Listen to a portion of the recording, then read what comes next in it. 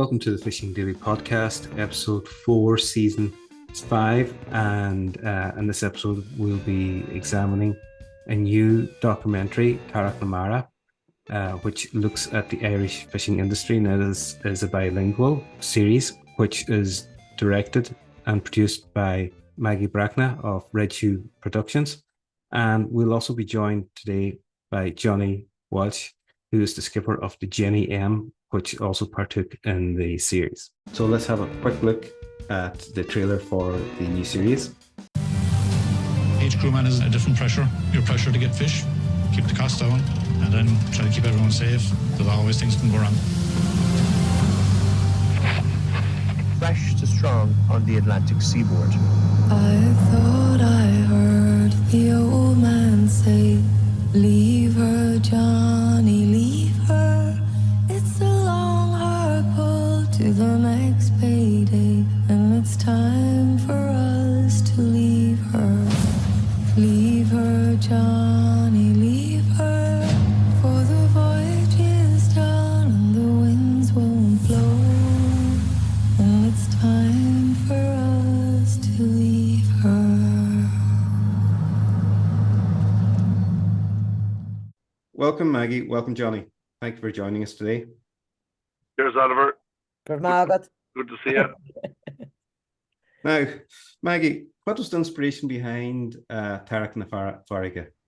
I suppose RTÉ made a general call out, to be fair. So I would have never thought of pitching a fishing series to RTÉ, because I'd say I thought I wouldn't even get as far as the front door in RTÉ if you went on a solo run with it. But they did make a call out there about 2 years ago.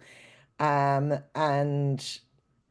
through hell or high water, I was going to give it my all to have the opportunity to produce it and make it. I suppose growing up by the coast and growing up here in Bilingual near to Helvick as well, I've seen the change in fishing, and I was damned if there was fancy wellies from Dublin coming down to talk about fishing.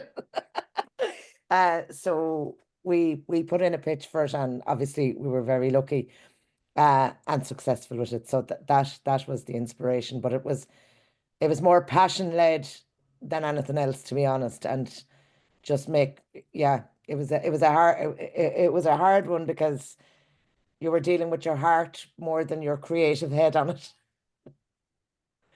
So that was it, Sinead. Yeah, and Johnny, how did you get involved in it, and what was the reasons that made you decide to take part? So I had a good passion for the job to come out on the right, to come across right to the pub or the general public that mostly know nothing at all about it. So I was contacted by Niall Duffy because initially they wanted a netter as one part of the programme, and Reddy Whelan, an Iron Island lad, was fishing that boat from Castletown Bear, and they were broken down. So Niall approached us, would we let our netter be a part of it, and I was only too delighted to oblige.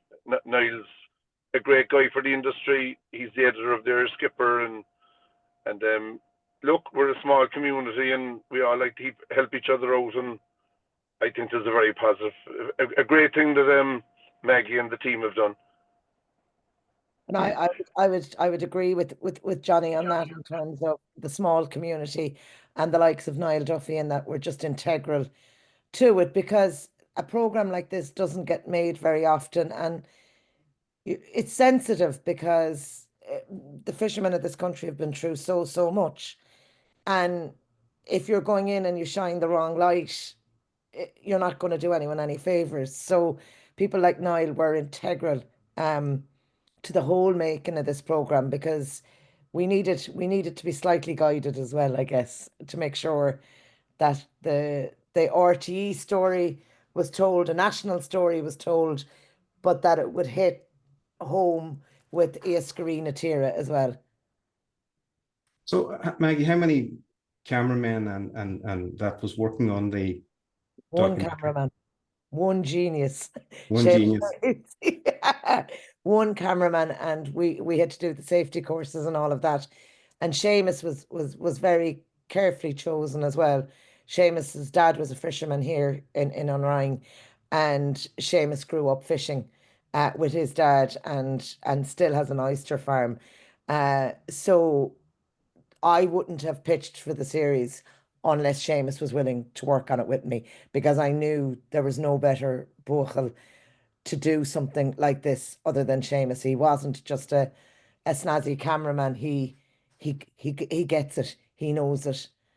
He was at sea, and I think that was really, really important, and it is really, really important. So that was it. One cameraman. Yeah, like Uh, fishing is a tough job, and Johnny, you know all about it. So when somebody would be watching this, how would you express to them how important it is for the public to get involved and to watch more of these sort of shows and to campaign for more of these shows? Look,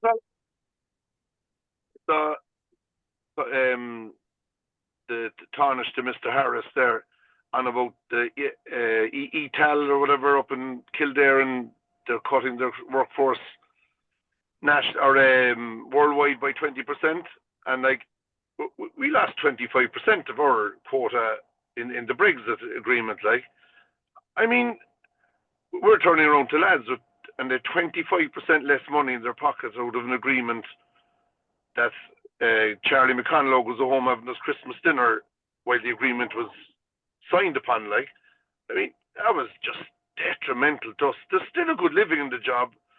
You'd want to grow for it, you want the love of it, but it's not for everyone.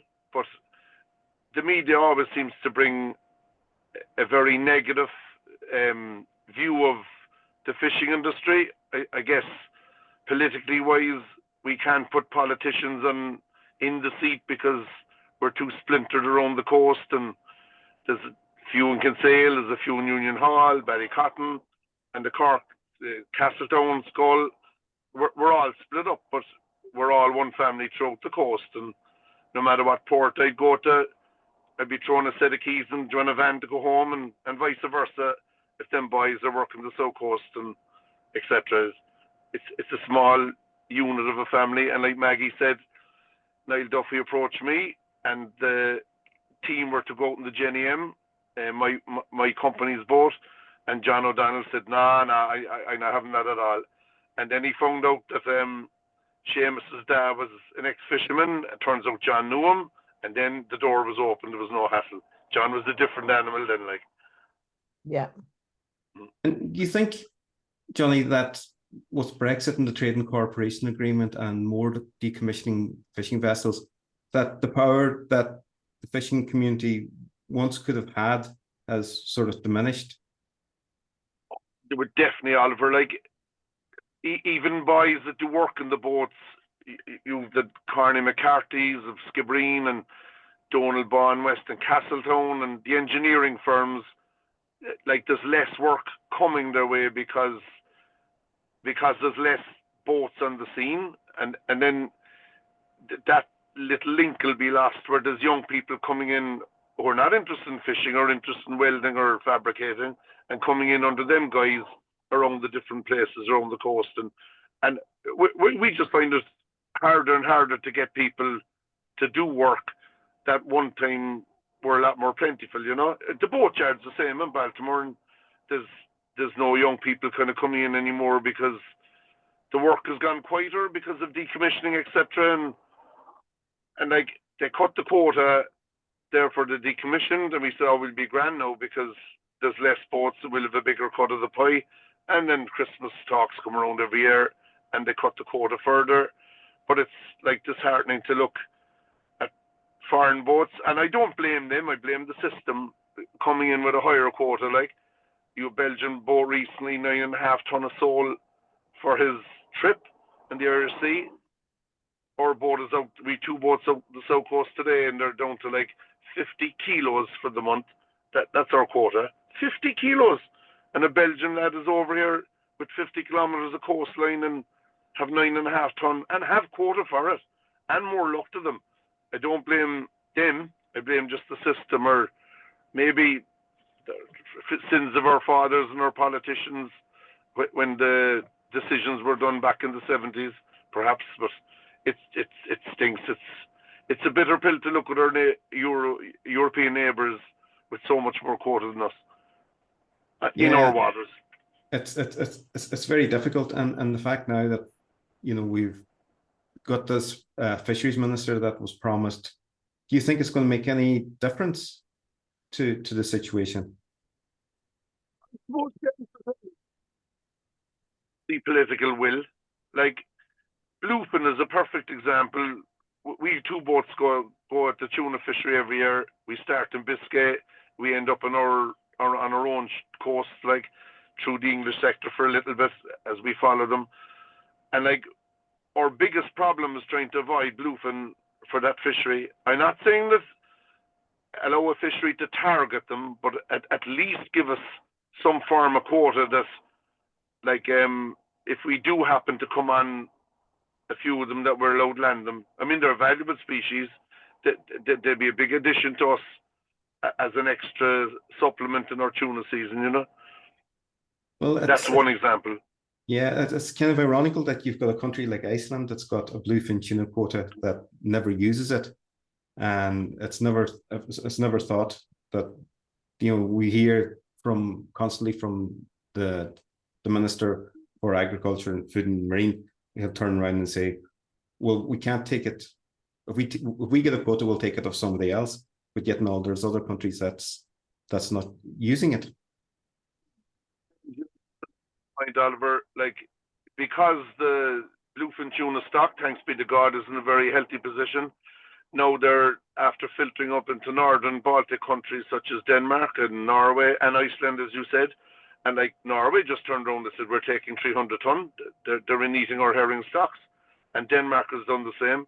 And like, if we had the political will to say which they are, I mean, before we'd see the herring in the wintertime bubbling up to 10 fathom high.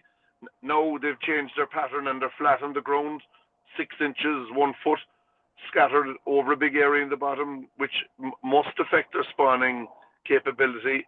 You can see the bluefin target them, they're a heavier mark in the sounder, and like them countries' politicians just turned around and said, they're in damaging our inshore pelagic stocks, we're taking this. And like, if we had 300 ton between our fleet, and not just to the lads that target the tuna, but the inshore lads, if they were given so many tons for the year and they could catch and rod and line, they have a prime product that could be exported to the Japanese sushi market, and like it opened up huge doors as an extra fishery over the potting, etc. Yeah, and Maggie, during your time making this documentary series, what's the things that you've brought away from the series? Well, obviously a love still, and maybe even more impassioned than ever. What I noticed as well is that there's a lack of political will. Absolutely, I agree with everything that Johnny has said, but I think it's a lack of education. Our ministers and they don't understand what a renewable resource is, what our fishing stands for, who we are. We're an island nation. And I think it's a lack of education, like across the board. Every school in Ireland should be taught from baby infants all the way up. It should be on the curriculum. The world, we don't know what's ahead of us. And the seas of the island of Ireland are integral to our future. Going back to famine times, it was there for us. It's still there. We need to mind it. We need to cherish it. And our children and the nation of Ireland needs to understand it. And if this program, these 4 programs gets into schools, or at least 10 schools take on a fishing kind of program of some description, and getting a couple of fisher people in to chat, to understand it, I think we have some hope. I know now that's kind of long thinking and that, but even our ministers, like, you need to, if it's frustrating, and like I even during it, I asked, like, over in the local school here, I asked, are you doing anything about the Ariga? Do you walk down to the pier? No. It's like Simple stuff. Simple stuff. Like a coastal school is not even doing a field trip to the pier to see the fishermen coming in, to see them, to smell the fish, to see it. Like what we did when we were growing up. I don't know, we did it because maybe we were freer or something. We'd be just going down on the boats and that. I don't know, but we need that, and it's small. It's one teacher in a school that can change the attitude and the mindset of all those kids that move forward. And it's like, look, maybe it's big thinking, maybe I'm bananas, but I believe if those programs could go out into all the schools in Ireland, or a few of them, I'd go around myself and talk to 10 schools if I think it would make a difference. But I think our minister needs to be treated the same way in some ways, because Well, it's if you get yeah. into it, you see it. You have to. You'd want to be stupid not to. Well, it's a historical thing, because I know from my time at secondary school that there was 80 of us in our year, and only 2 of us, I think, ever set foot in a boat, and 2 of us set foot in a boat that went out actually fishing properly, like, you know. So out of 80 and 80 young fellas in a pretty coastal area, like, you know, in 1988, it was very poor as well, like, you know. So it's historically going back that the lack of education that is there. And speaking to people who are involved in politics, it's the one portfolio that they seem to be afraid of because of the lack of knowledge base. How do you think an educational program would work? You know, she said visiting the harbours. Johnny, would fishermen be willing to take on some of that work, like introducing young people into the industry? Jesus, all right, and that's a fabulous idea, Ola Maggie. Like, I mean, I'd have no issue, and I'd supply the fish myself going up to the local school in Kinsale. How many times I'd friends of the kids when they're growing up, they're rare now, like, and they come in, I cook the fish at home, I'd be after bringing it off the boat or whatever, and fish. And then I cook up the fish and they're, oh my God, that's really nice. Just no disrespect to their parents, maybe didn't have the education and handling it or cooking it right. Like, we used to bring Jenny there, who the Jenny M is named after, one of her buddies on holidays, and we'd be ordering prawns or whatever at the table. I remember coming home and her dad is saying, Jesus, you're after giving the young one fine expensive taste. The young one loved the prawns and she's forever eating them since, you know what I mean? And like, that young one never had prawns before going on holidays with us, and now she's addicted to the bloody things, you know, that for simply just having, and I don't mean this in a disrespectful way, but just tasting a proper Irish prawn or whatever, you know, and like, the kids learn in biology the anatomy of a human, and they never learn the anatomy of a fish, that they can take the fish home whole and fillet it themselves, you know what I mean? And it's just, you see the difference. We land in Spain and or France for that matter, and there's an old woman in 19, she'll come down and pull a tune out the bin, can I have that? And she'd be picky about the size and the quality, the condition or whatever. It's just amazing the difference in our culture, fish-wise, like, compared to Spain and France. Amazing. Yeah, and it seems to be, even like a friend of mine, he's a Danish guy, and I mind one time we were working together, and in the afternoon he pulls out a tin of sardines and he opens it up and he starts eating the sardines out of the tin, and I'm going like, what are you doing? And he's there like, no, he says, we're used to this. This is what we do. This is how we eat fish. Like, you know, whereas here in this country, we never had that sort of culture. Fish was at the dinner plate, and that was it. It wasn't kind of like an afternoon snack. It wasn't anything like that. You know, it was our culture just has never been in there. It's true, because my little fella eats fish, obviously. And we'd be doing and going to school. I said, look, I'll do up something like that. No, mommy, don't, because they'd be giving out about the smell. Whereas, you know, and you're going, but you're eating it at home, but it is that thing of he was too shy to bring it into school. But I think, yeah, I do, and I think like it'll be lovely to do like a targeted few days, and you know, like the minister, admit that you haven't tried it. That's okay, because we'll all help you along. We'll all help you along with because the mission is to get more quota and to get more young people into it. It's an incredible, and the Johnny, you said it there earlier around like the keys on the van, or the, a coastal community. There's a huge respect for each other, and that's like in the rest of Ireland, like of the nation, that's kind of dwindling away a little bit, but it's still within the coastal fishing community, and that's rare, and that's beautiful. That in itself, as a nation, should be celebrated, and we need to, you know, we need to be educated on it, and you know, Minister needs to come down and spend a few weeks with the fishermen to actually, because then he can fight. I'd go into Europe now and fight my heart off because I know it. And if they gave me a couple of facts, do you know, because if you're passionate about something, you won't let it go. If you understand something, you will not let it go. You'll fight tooth and nail. If you have only a small, like if you have only bullet points, it's very easy to be squashed down among your peers.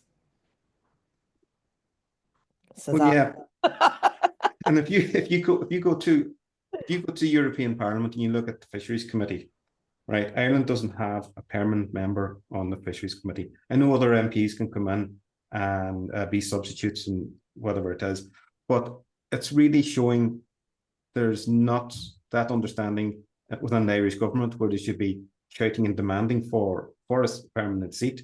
And there's maybe that slight disrespect from European neighbours who are not saying, why doesn't Ireland have a permanent seat? We are fishing in their waters. You know, there should be definitely a look at that within the government, and there should be questions asked why. And I think also when you hit on that, that there's not someone with a permanent seat in Europe, there's also the fact that as a nation, we're a little bit, oh God, we're lucky enough. Don't push the boat. Aren't we lucky? It's not that. We need our fair share. Our first, it's not that we're lucky. We're unlucky. And we need to shout and be heard and raise our voices in a dignified manner and tell them what they're gaining from us. Mm-hmm. Do you know, explain that we're losing and you're gaining.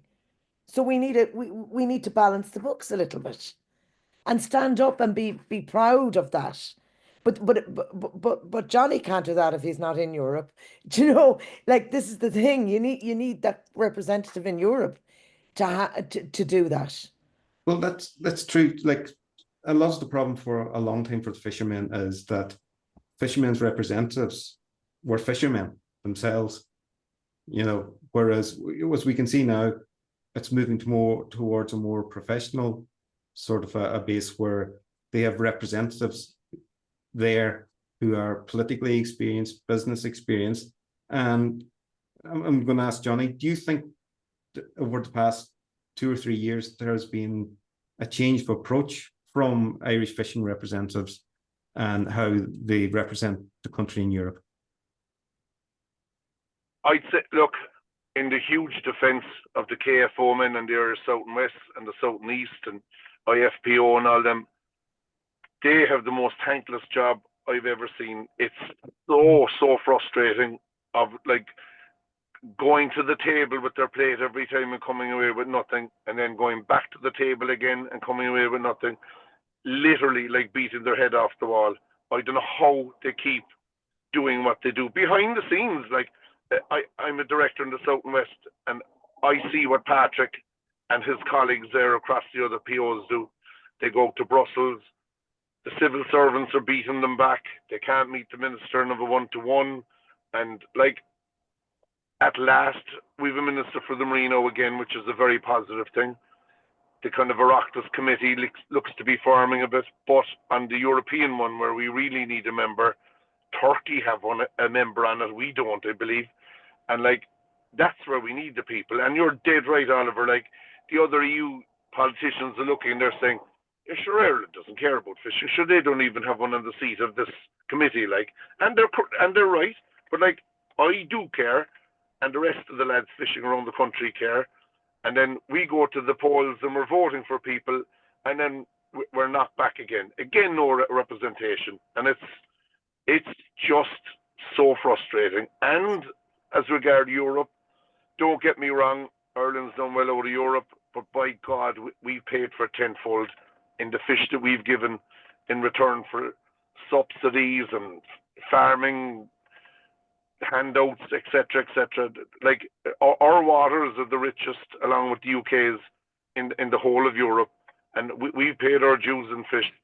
And it would really be nice to have a little bit to call our own, just a respectful quota across all sectors. Like, yeah, it's a sad indictment of what Europe actually stands for. That during at the end of the Trade and Cooperation Agreement, when Ireland lost most of the fish, it was based on the fact that Ireland was the closest to the UK, and that's why we lost it. And all the other countries that agreed on burden sharing post Brexit then decided to run and hide, and there was no burden sharing. And this is where you would feel that your minister would call them out and hold them to account. That's a very, very good point you made there, Oliver, because zonal attachment is what you're talking about, and zonal attachment is against the CFP rules. Yeah. And yes, for the Brexit deal to get over the line, the EU opened the door for zonal attachment. Therefore, the zonal attachment of the UK and Ireland, we lost the most and closed the door again.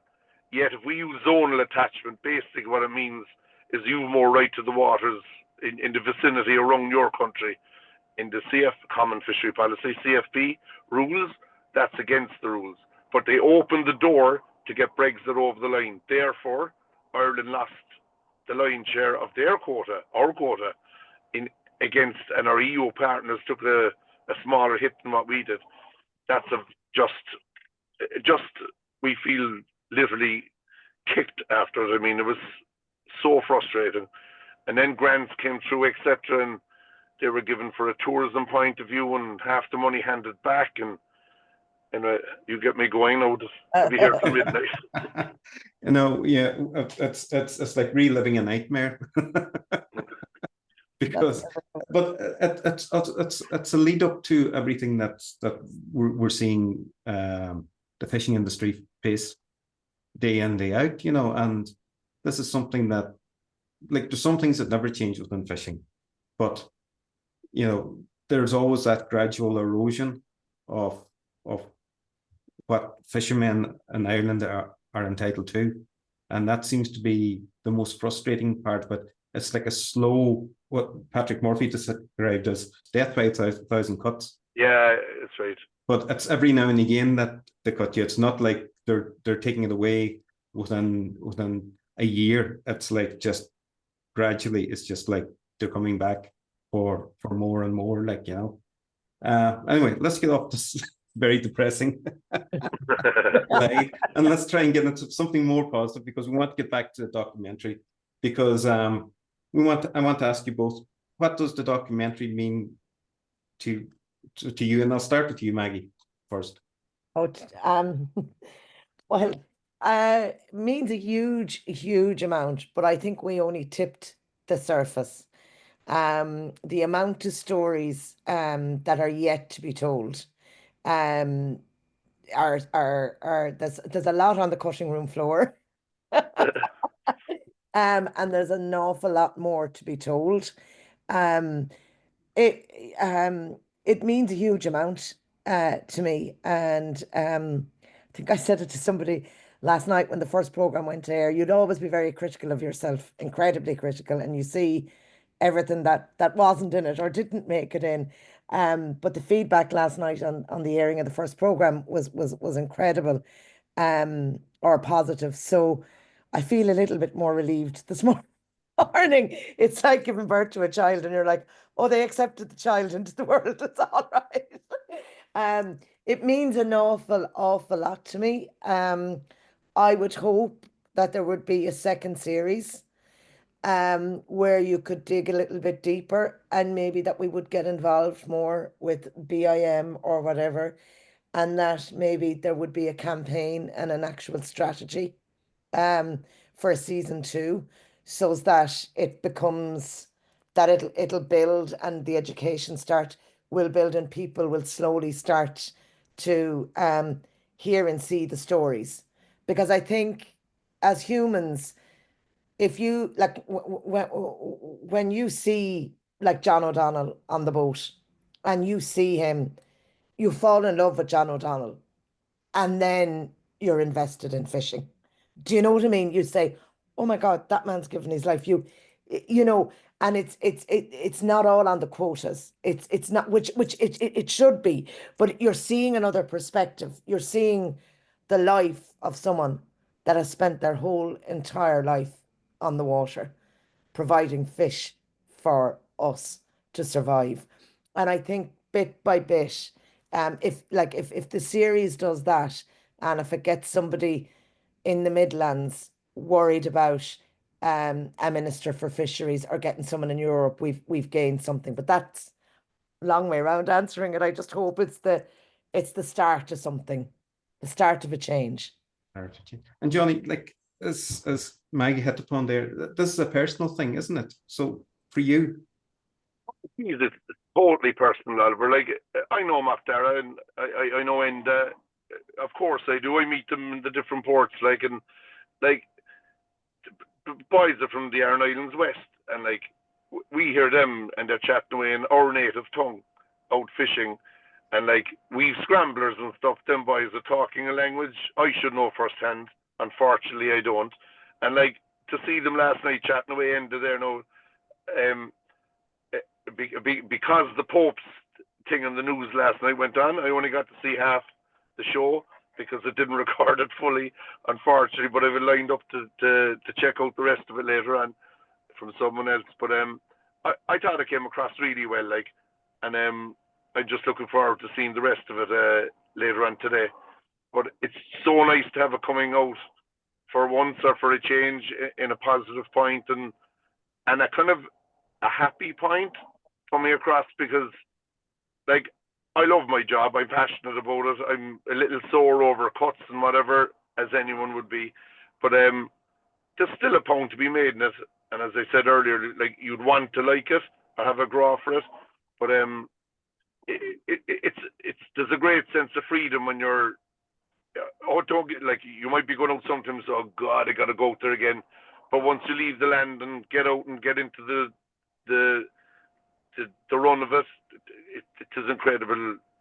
The wildlife you see, whales and dolphins and different freakish things that you'll never see on a day-to-day basis ashore. You know, it is a great life. Like I can't, and we get to see. We've been to Norway and northern Spain and France and all over Ireland, and that we never have seen in a normal day-to-day job. You know, there's a bit of an adventure thrown in as well, you know. Well, I think that's why people sort of fall in love with it. If you're born into it, you know, it's just a natural thing. But sometimes people come along and they fall in love with it as well, because, as you say, it's the freedom. It's no 2 days are ever the same. You know, even though if you're sitting on land and you're looking out at sea, that sea's, it's never the same 2 days in a row. There's always something different happening. There's, you know, it's one of those experiences that it's a spiritual. Would we call it spiritual? You know, but and it's great to see a show on Ireland or Ireland's fishing in this way, because if you look at the Americans, they have got their deadliest catch and they've got their Dungeness crab and everything like that there, and it's all super hyped up, super energized, and that. But this is like really ordinary people talking about a job that they love, you know, and and I think everybody should really get a chance to watch it. It's on RTÉ, 7 o'clock on a Thursday. There's 3 episodes left, but it'll also be available on the RTÉ Player. Is it available anywhere else? No, we might have it into schools yet, Johnny, will we? Oh, please God, Maggie. Way to go. That's where it is for the moment, Oliver, I think anyway. Yeah, it's on the player, and it'll be yeah on the Thursday nights. If there's no more, if the Pope is not sacked in the next week, we might be delayed again. Would you do a longer version of it for, like, as you said, there must be hundreds of hours of filming there. Would you do a longer cut of it for if you were going to use it as an educational tool? Yeah, you could absolutely you could, Oliver. I mean, I would be all on for it. Like, as a filmmaker, I'm only a vessel to get stories told, so that we can hold on to our culture, and that is, fishing is part of our culture. So anywhere that can be used in the future to educate our children or anyone, absolutely, that's what it's about. It was public money that was funded to make it, and it's belonged to the public, and in particular the fishermen of our country. Well, I'm looking forward to the next 3 episodes of Tarrac na Farraige, and I would like to thank you, Maggie and Johnny, for joining me on the podcast, and wish you all the best. Good míle mágat, Oliver. Thanks. Slán, Oliver. Cheers. Thanks very much. Slán, lads. Slán.